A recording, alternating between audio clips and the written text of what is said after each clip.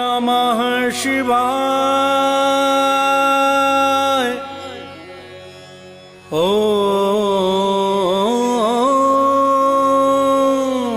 नमः शिवाय। दारिद्र्य दहन शिव स्तोत्रम।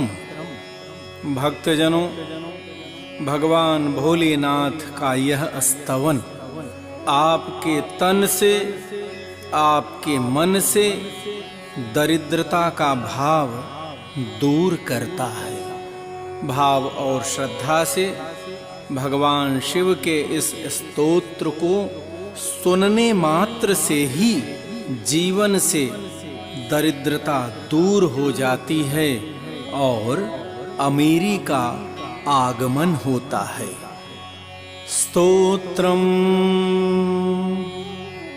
विश्वेश्वराय नरकार्णवतारणाय कर्णामृताय शशिशेखरधारणाय कर्पूरकान्तिधवलाय जटाधराय दारिद्र्यदुःखदहनाय नमः शिवाय। दारिद्र्यदुःखदहनाय नमः शिवाय। गौरीप्रियाय रजनीशकलाधराय कालान्तकाय भुजगाधिपङ्कणाय गंगाधराय गजराजविमर्दनाय दारिद्र्यदुःखदहनाय नमः शिवाय। दारिद्र्यदुःखदहनाय नमः शिवाय।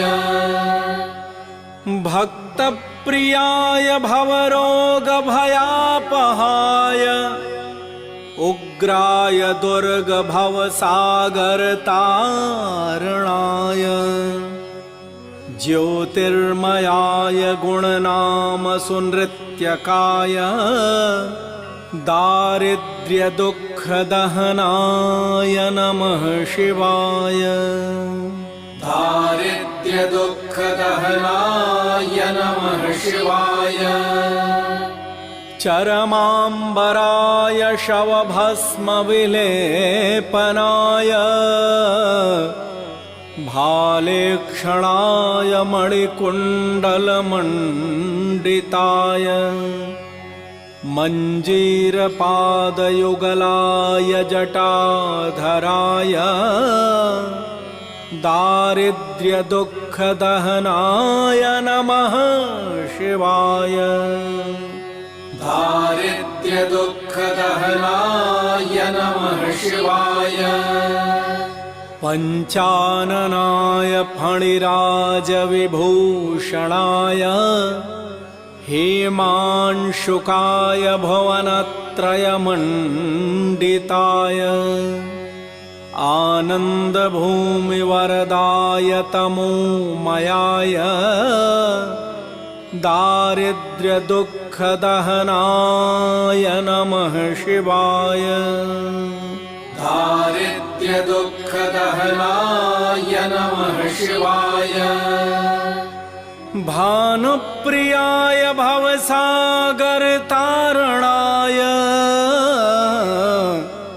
कालान्तकाय कमलासनपूजिताय नेत्रत्रयाय शुभलक्षणलक्षिताय दारिद्र्यदुःखदहनाय नमः शिवाय। दारिद्र्यदुःखदहनाय नमः शिवाय। रामप्रियाय रघुनाथवरप्रदाय नागप्रियाय नरकार्णवतारणाय पुण्येषु पुण्यभरिताय सुरार्चिताय दारिद्र्यदुःखदहनाय नमः शिवाय।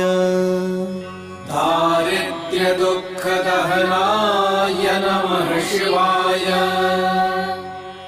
मुक्तेश्वराय फलदाय गणेश्वराय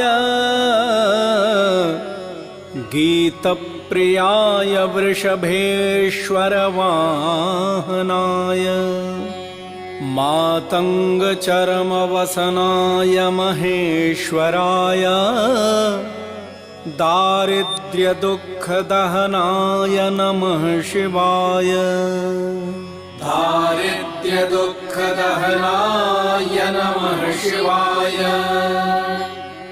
वसिष्ठेन कृतं स्तोत्रं सर्वरोगनिवारणं सर्वसम्पत्करं शीघ्रं पुत्रपौत्रादिवर्धनम् त्रिसन्ध्यं यः पठेन्नित्यं स हि स्वर्गमवाप्नुयात् इति श्रीवसिष्ठविरचितं दारिद्र्यदहनशिवस्तोत्रम् सम्पूर्णम्।